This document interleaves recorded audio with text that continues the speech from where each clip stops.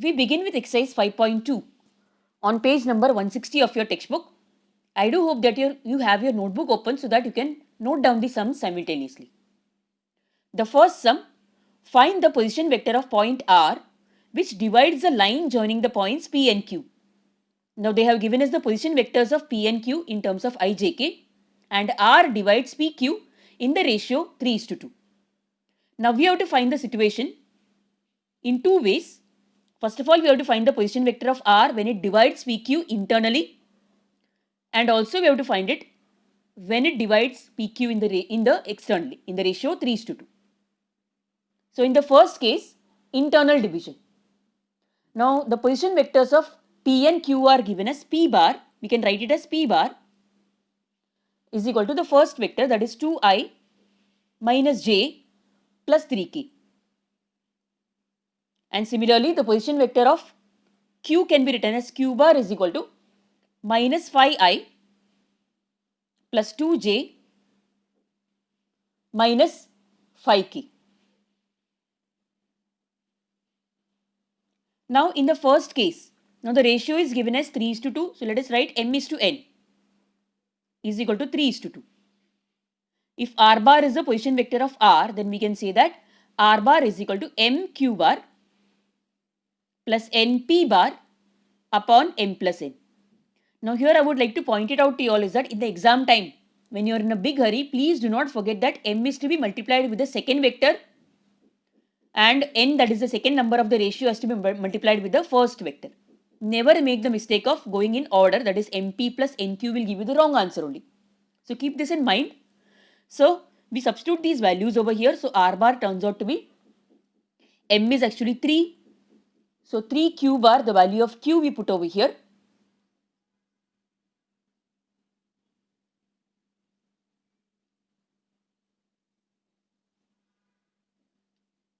Plus 2 into the value of P also we put here.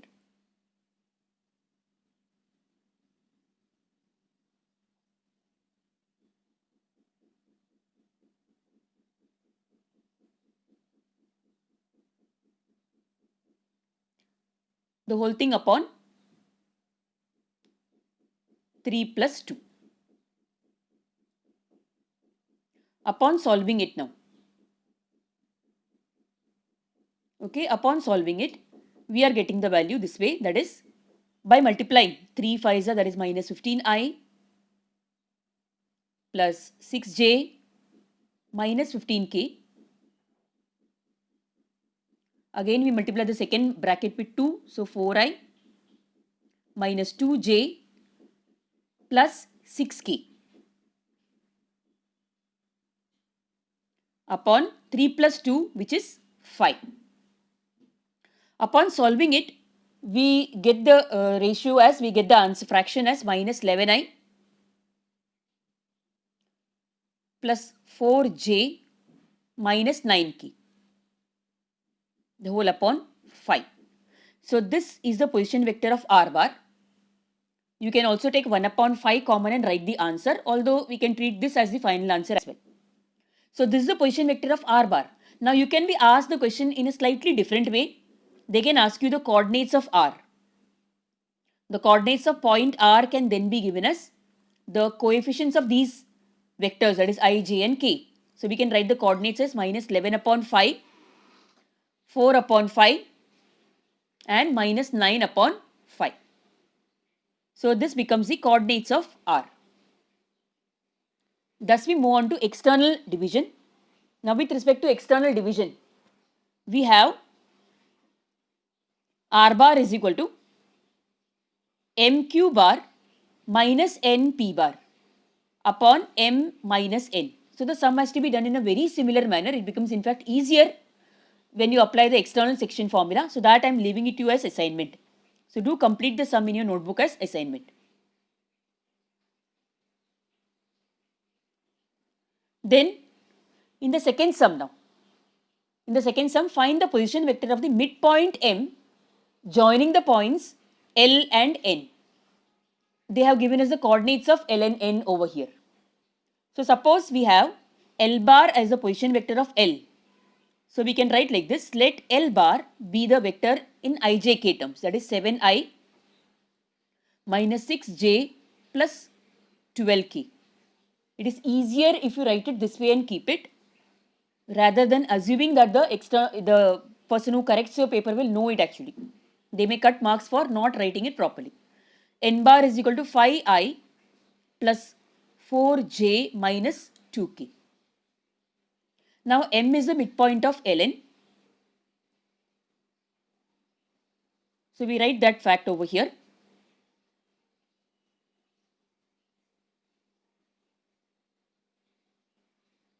So by midpoint formula, if M bar is a position vector of M, then we have M bar is equal to L bar plus N bar upon 2.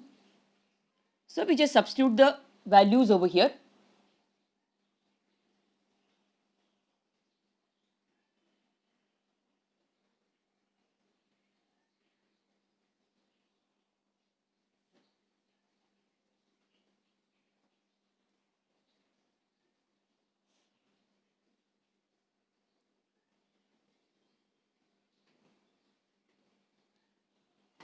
So 5i plus 4j minus 2k, the whole upon 2.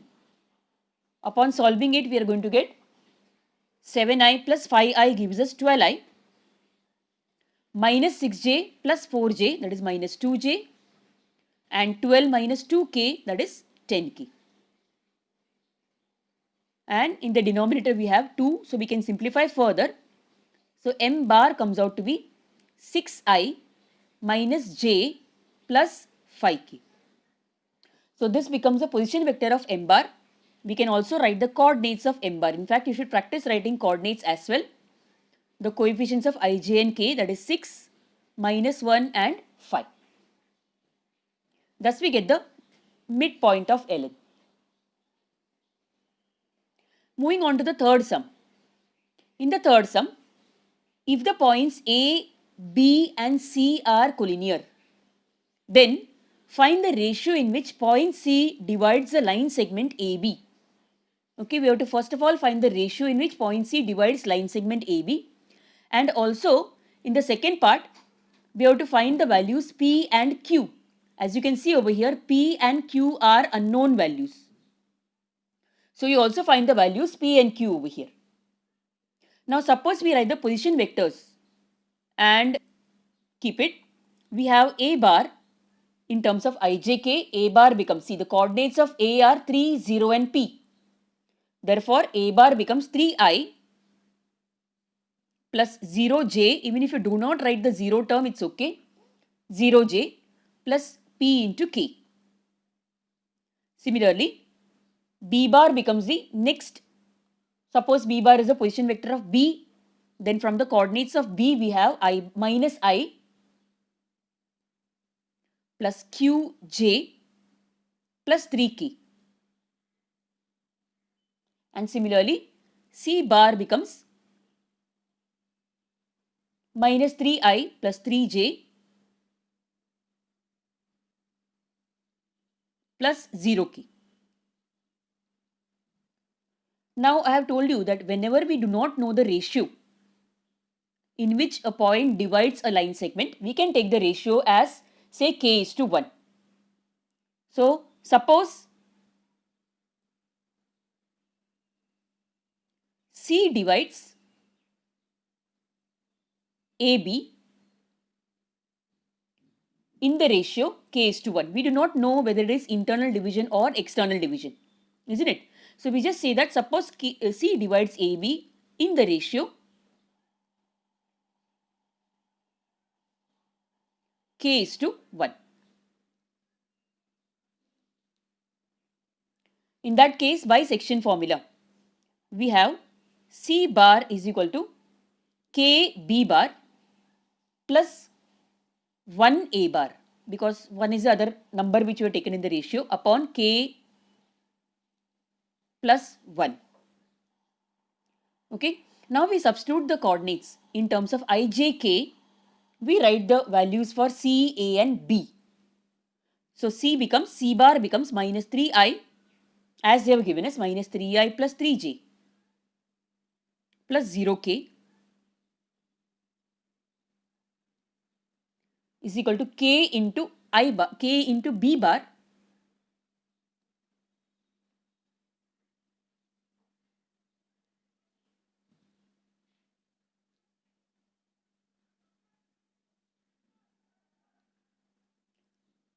plus 1 into a bar. So since it is 1 into a bar, we can just write a bar as it is.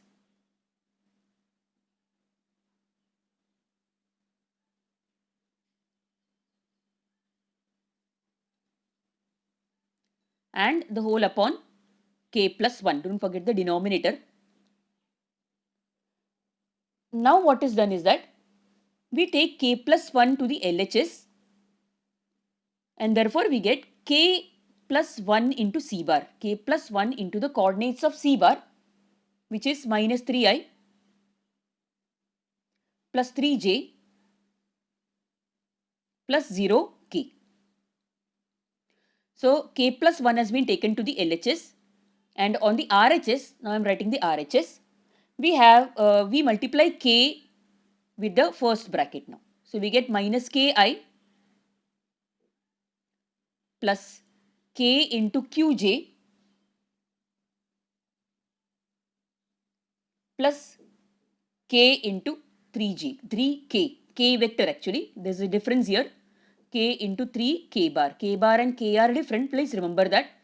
Or you can use some other number, say like m, for representing the ratio. Plus the other bracket is written as it is.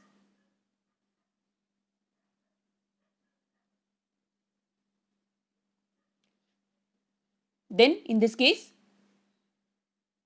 we can even on the LHS also we can take common. That is, we can just open the bracket, second bracket can be opened and k plus 1 can be multiplied with all the three terms which are given there. So we are going to get on the LHS k plus 1 into minus 3i. Okay, I am writing it this way, plus k plus 1 into 3j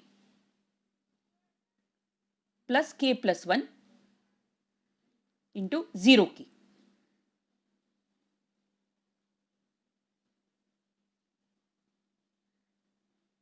Which is equal to RHS as it is.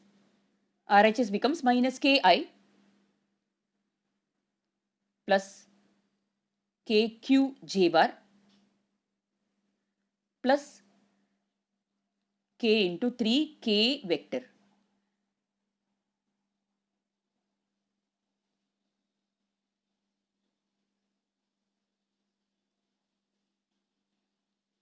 This way.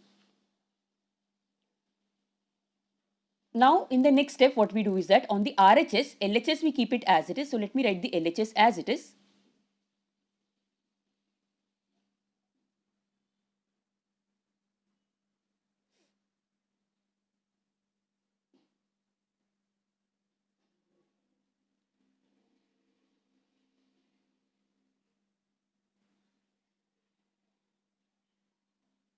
Quite a bit of writing work is there here, isn't it?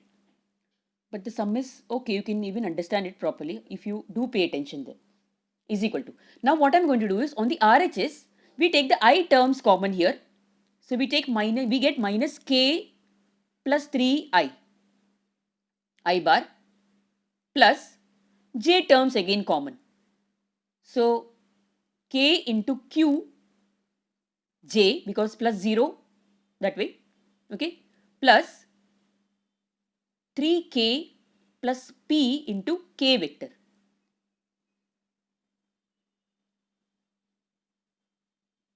This way. Now on the LHS and the RHS, the I terms are taken to be equal. So we have by the equality of vectors. We state it as by equality of vectors.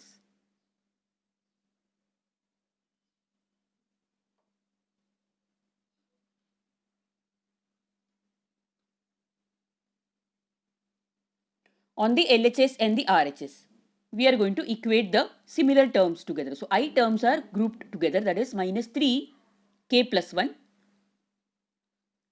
is equal to minus k plus 3. Suppose this is our first statement. Similarly, the j term 3k plus 1. On the RHS it is qk or kq, doesn't make a difference. And similarly, the third term 3k plus 1, by now you know what it is, isn't it? The third term becomes not k plus 1 actually. The k plus 1 into 0k, so we can just write 0 actually on the LHS. So let me do that. 0 is equal to, now don't interchange the sides as I did just now, that is a mistake. This way. Then suppose these are 2 and 3 statements. Statement numbers 2 and 3. In that case, we can see which statement will give us k, because we want to find out k first of all, and then we can proceed to find out p and q. K will give us a ratio actually with respect to c. Okay, so we are finding the ratio in which c divides ab. Okay, so now p and q are not there in the first statement. So we take the first equation or the first statement here and write this way. From 1,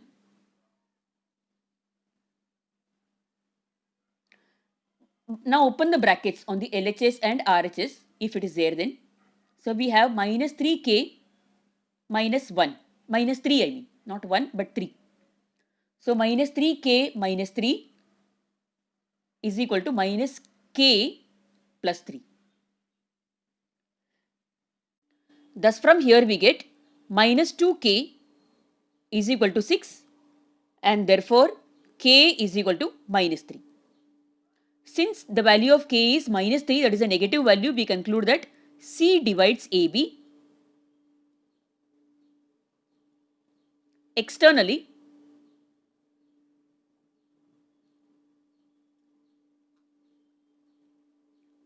in the ratio 3:1. Since k is minus 3, we write it as 3:1. K:1 means we write 3:1. The word externally itself means that k is negative. So that was the first answer. The second one, find the values of p and q. For this, we put k is equal to minus 3.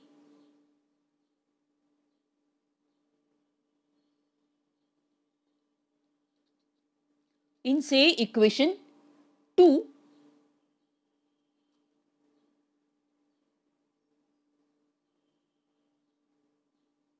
okay, we have 3 into, it was 3k plus 1. So 3 into minus 3 plus 1, which is equal to minus 3q.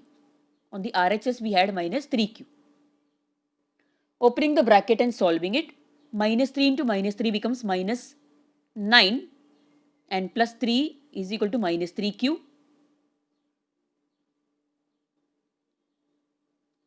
Or minus 6 is equal to minus 3q, and therefore q comes out as 2 in this case. So thus we get the value of q as 2. Similarly, putting k is equal to minus 3,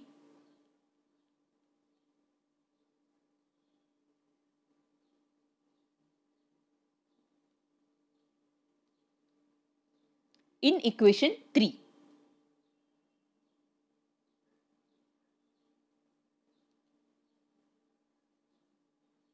We are going to get 0 is equal to minus 9 plus p, and therefore p is equal to 9. Thus we get the value for p and q in this case. Now going on to the next sum. In the next sum, the position vector of points A and B are given. Okay, A has the position vector 6a plus 2b and B has the position vector a minus 3b. If point C divides AB in the ratio 3:2, you have to show that the position vector of C is given as 3a minus b. So suppose C bar is the position vector of C. So we'll write this way. Let C bar be the position vector of C. Now C divides AB in the ratio 3:2, and therefore we have C bar is equal to, in terms of our section formula, we have C bar is equal to 3B, the ratio is 3:2. So 3B bar, the position vector for B bar is A minus 3B, and the position vector for A is actually 6A plus 2B upon 3 plus 2.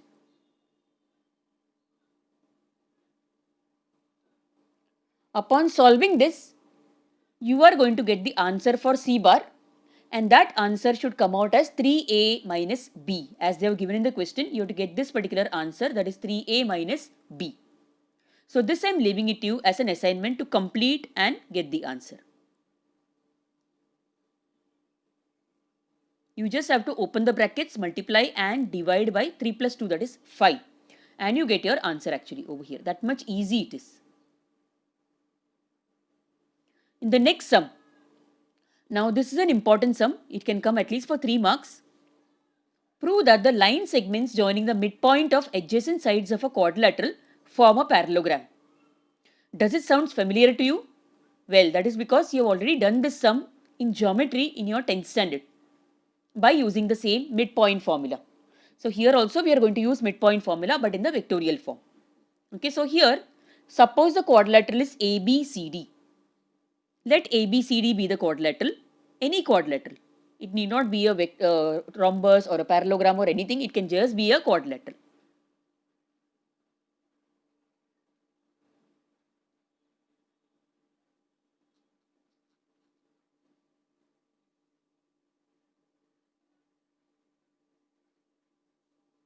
Okay, then let PQRS, let P, Q, R and S be the midpoints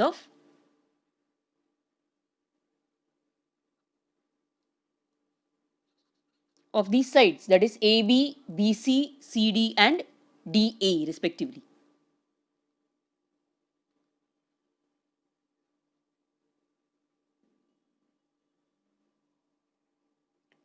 So when we draw the figure, it will come out this way. You can take any particular figure.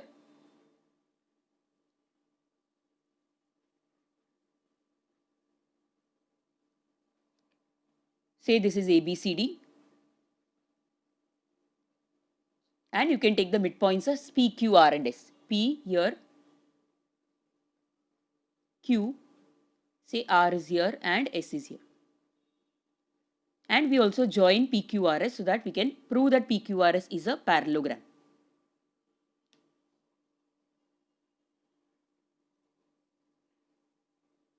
Now, suppose A bar, B bar, C bar, D bar and P bar, Q bar, R bar and S bar are the position vectors of the respective points that you have to write in the exam time. So, P is the midpoint of AB. As you can see in the figure here, P is the midpoint of AB. Therefore, we can use midpoint formula over here.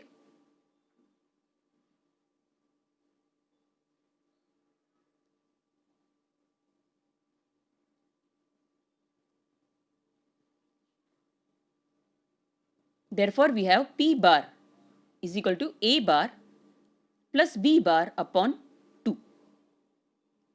Okay, similarly we can write for Q, R and S as well.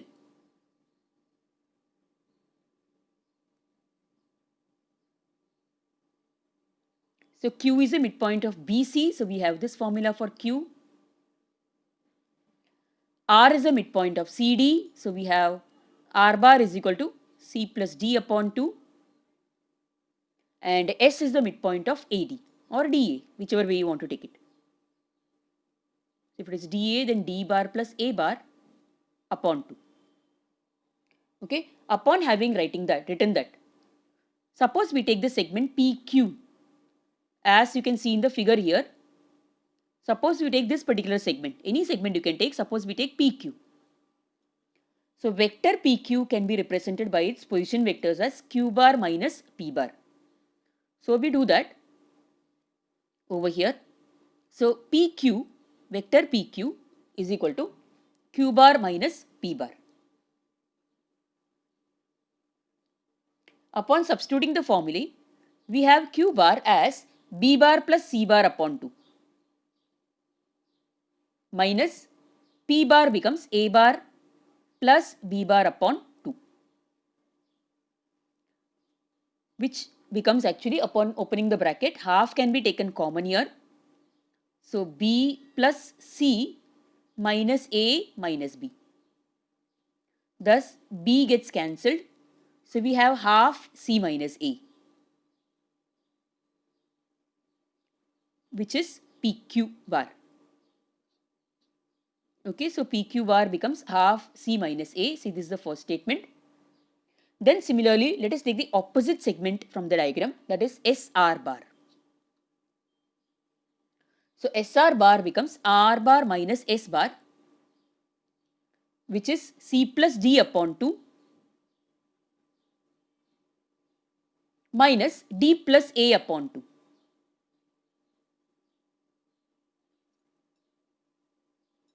Now doing in the same way, taking half common out and writing the rest of the values.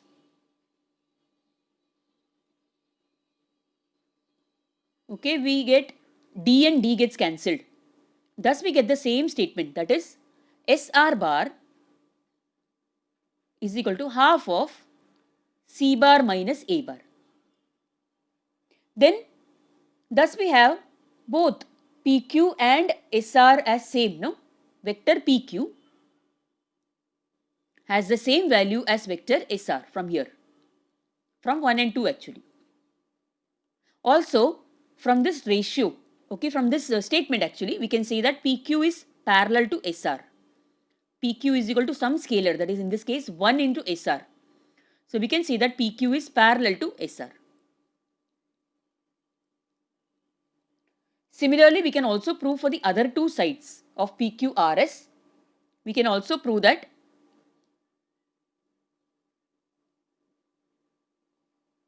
QR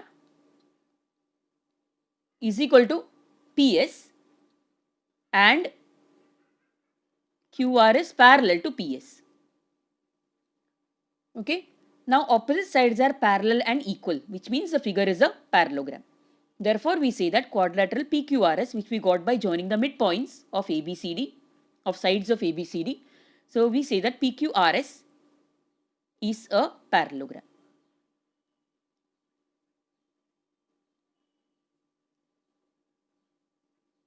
Okay, so we have completed the first 5 sums of exercise 5.2. You have to write this down in your notebook. I have also told you how to learn simultaneously while writing. Yes, by studying the sum first and then writing it without looking. See, in Hindi there is a saying, no? 100 पढ़ और 1 लिख. मतलब एक बार लिखने का असर 100 बार पढ़ने के जितना होता है. एक बार लिखने से उतना ज्ञान मिलता है जितना कि आप 100 बार पढ़ने से पाते हो. Especially this is true in maths. So do write and study your sums. Don't sit and learn them or try to by heart them or something. It won't take you very far actually. Okay. So we can complete the rest of the sums later on in the next lecture. So see you in the next lecture. Do subscribe and like the channel. Keep safe and healthy.